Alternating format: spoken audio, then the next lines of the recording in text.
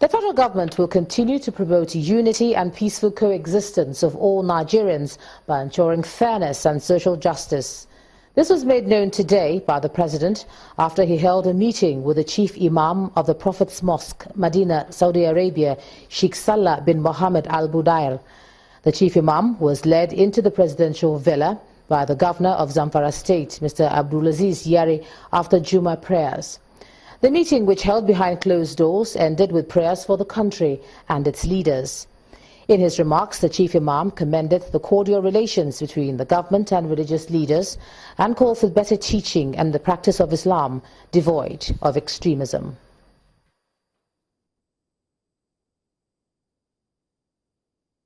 Our trade unionists in Nigeria today joined their counterparts around the world to mark the 2016 World Day for Decent Work with a rally demanding improved work environments. The unionists picketed a furniture company in Abuja, which they accused of dismissing 128 workers while placing others on contracts. October the 17th every year has been set aside by the International Trade Union Confederation for Workers as a day of decent work and improved welfare since 2008. The public sector workers and private sector workers, we have given our best to the development of our country. We have given our best also to creating wealth all over the world. But I think we have not been reciprocated. And therefore we demand this day that workers must earn their wages. As we mark the 2016 Decent Work Day, that a laborer, a pensioner, must continue to earn their wages here on earth. And there must be dignity in labor. We must not wait until poverty is able to make us lose our rights before we fight for them. The caregiver must be cared for to be able to give care appropriately.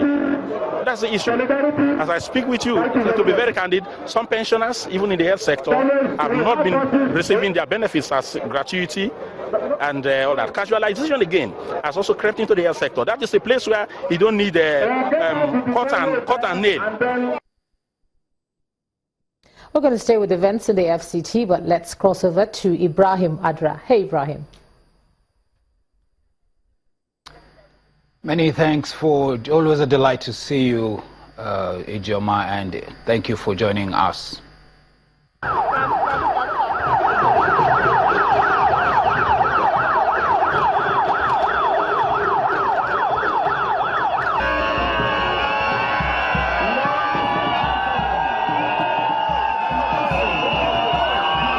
Governor Ben Ayade has reaffirmed his commitment to sustaining community development initiatives in Cross River State. Governor Ayade said this today at the Margaret Ekpo International Airport on arrival from Abuja to Calabar. Hundreds of the governor's supporters were there to welcome him. He decided to go deep, going into the freshest and deepest ideas to find a way that we can completely decouple Cross River State from the dependence on federal allocation.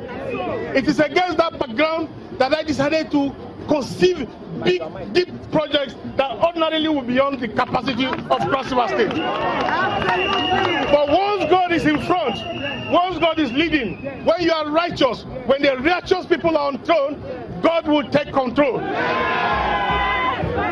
What will God tell the people of Cross River State? That all those great dreams to open up our natural resources, to create the rice city, to create those big fat rice farms, the garment factory, to create jobs, to build the deep sea port, all of these great projects, God will never stop them. God will not. Now, the Anambra State government has given assurances that it will intervene in the recent sack of Anambra indigents by the state authorities in Abia. Governor Willie Obiano, who received a delegation from the Association of Anambra State Development Union, promised to discuss the matter with his Abia State counterpart. I'd like to request to give me the list, if you have it, comprehensive list of those civil servants that are still not yet called back to work in Abia. I'll do a comprehensive letter on that. After that, follow up with my counterparts in Abia State. Because we have Abia, we have employing all kinds of people in our civil service here.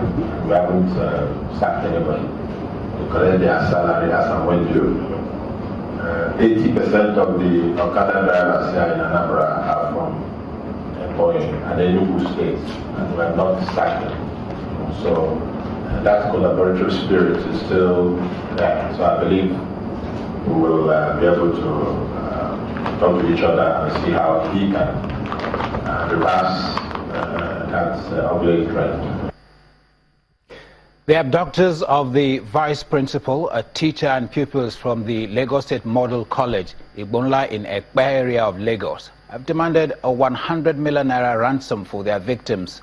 Our source explains that the gunman, alleged to be from the South-South region, headed towards Ogbere River while escaping. The Lagos State Police Command has deployed the Rapid Response Squad and Decoy Marine Team as efforts have been made to rescue those abducted. Meanwhile, 9 suspects has been arrested over last week's abduction of the wife of Central Bank Governor Margaret Emefiele along Benin Agbo Road. The suspects were arrested with millions of naira by officers of the Intelligence Response Team in Edo, Delta and Benue states. We'll go right back to Ijoma in Lagos for more reports on News at 10. All right, thanks a lot for that, Ibrahim. The Nigerian Customs Service will continue to review and strengthen its laws to meet the template provided by the World Customs Organization. And that's according to the Comptroller General of the Nigerian Customs, Colonel Hamid Ali, who is speaking on the sidelines of the stakeholders' review of the Customs and Excise Management Act in Port Harcourt, the River State capital. This is what provides, but this is what we are proposing. We have an elastic border. We have a border of about 4,070 kilometers. That cannot be covered inch by inch by anybody. So we have porous borders. We're doing everything possible to make sure that we stopped the importation of illicit items. What we do, and that's why one of the reasons why we stopped the importation of rice through the borders, because it has been discovered that in the importation of rice, arms are being stocked underneath the bags of rice and shipped into this country. So one of the reasons is to say that we don't allow rice to come in, so that you don't even use this as the basis to import arms. And we are doing everything, working with our neighbors to make sure that arms and ammunition, which is most dangerous item, do not get into these borders. We cannot tell you that we are able to stop every inch of it. It may happen in isolated cases, and that is why we also have the enforcement unit that goes around within the nation to be able to stop and check at random. And we have been catching quite a number of illegal imported items. We move on to health matters now, and authorities in Yobe have taken the campaign against polio to border communities in the state. The team had last week launched some polio outbreak response centers across major towns with a view to preventing the spread of the disease. The strengthening of the campaign follows the discovery of 3 cases of polio recorded in neighboring Borno state.